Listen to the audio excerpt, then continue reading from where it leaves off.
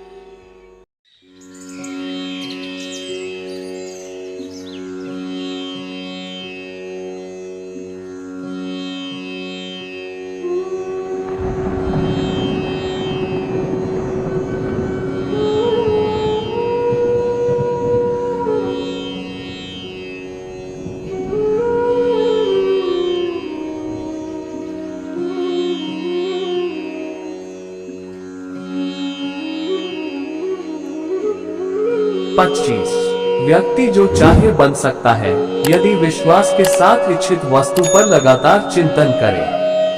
26 मैं काल हूँ, सबका नाशक, मैं आया हूँ दुनिया का उपभोग करने के लिए। 27 कर्म उसे नहीं बांधता जिसने काम का त्याग कर दिया है। 28 बुद्धिमान व्यक्ति का मुख सुख में आनंद नहीं लेता। 29 मैं उन्हें ज्ञान देता हूँ जो सदा मुझसे जुड़े रहते हैं और जो मुझसे प्रेम करते हैं। 30 अप्राकृतिक कर्म बहुत तनाव पैदा करता है। 31 अपने अनिवार्य कार्य करो क्योंकि वास्तव में कार्य करना निष्क्रिय से बेहतर है। 32 मैं सभी प्राणियों की हृदय में विद्यमान हूँ। 33 निर्माण केवल पहले से मौजूद चीजों का प्रक्षेपण है। 34 बुरे कर्म करने वाले सबसे नीच व्यक्ति जो राक्षसी प्रवृत्तियों से जुड़े हुए हैं और उनकी बुद्धि माया ने हर ली है, वह मेरी पूजा या मुझे पाने का प्रयास नहीं करते। 35 मैं ऊष्मा देता हूँ, मैं वर्षा करता हूँ, मैं वर्षा रोकता भी हूँ, मैं अमृत भी हूँ और मृत्यु भी मैं ही हूँ। 36 जो इस लोक में अपने काम की सफलता की कामना रखते हैं वे देवताओं की पूजा करें। 37 जब वे अपने कार्य में आनंद खोज लेते हैं तब वे पूर्णता प्राप्त करते हैं। 38 इंद्रियों की दुनिया में कल्पना सुखों की शुरुआत है और अंत भी, जो दुख को जन्म देता है। 39 कर्म योग वास्तव में एक परम रहस्य है। 40 कर्म मुझे बांधता नहीं क्योंकि मुझे कर्म के प्रतिफल की कोई इच्छा नहीं। 41 करुणा द्वारा निर्देशित सभी कार्य ध्यान से करो। 42 सदैव संदेह करने वाले व्यक्ति के लिए प्रसन्नता ना इस लोक में है ना ही कहीं और। 43 किसी और का काम पूर्णता करने से कहीं अच्छा है कि अपना करे भले ही उसे अपूर्णता का साथ करना पड़े। 44 हर व्यक्ति का विश्वास उसकी प्रकृति के अनुसार होता है। 45 जो ज्ञान और कर्म को एक रूप में देखता है वही सही मायने में देखता है। 46 जो चीज हमारे हाथ में नहीं है उनके विषय में चिंता करके कोई फायदा नहीं है। 47 जो कार्य में निष्क्रियता और निष्क्रियता में कार्य देखता है वो एक बुद्धिमान व्यक्ति है। 48 यदि कोई बड़े से बड़ा दुराचारी भी अनन्य भक्ति भाव से मुझे भजता है तो उसे भी साधु ही मानना चाहिए और वह शीघ्र ही धर्मात्मा हो जाता है तथा परम शांति को प्राप्त होता है। 49 जैसे प्रज्वलित अग्नि लकड़ी को जला देती है वैसे ही ज्ञान रूपी अग्नि कर्म के सारे बंधनों को नष्ट कर देती है। 50 अपने आप जो कुछ भी प्राप्त हो उसमें संतुष्ट रहने वाला, ईर्ष्या से रहित, सफलता और असफलता में संभाव वाला कर्मयोगी कर्म करता हुआ भी कर्म के बंधनों में नहीं बंधता है।